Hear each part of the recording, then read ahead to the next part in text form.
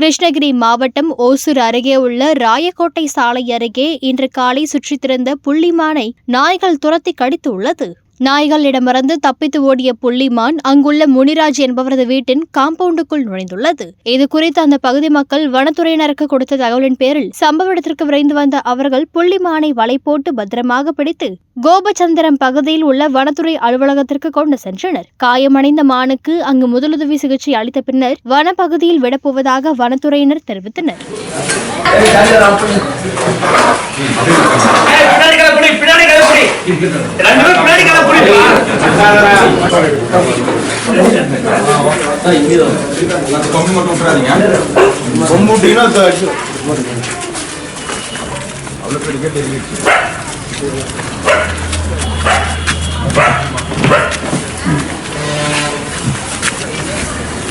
Bye.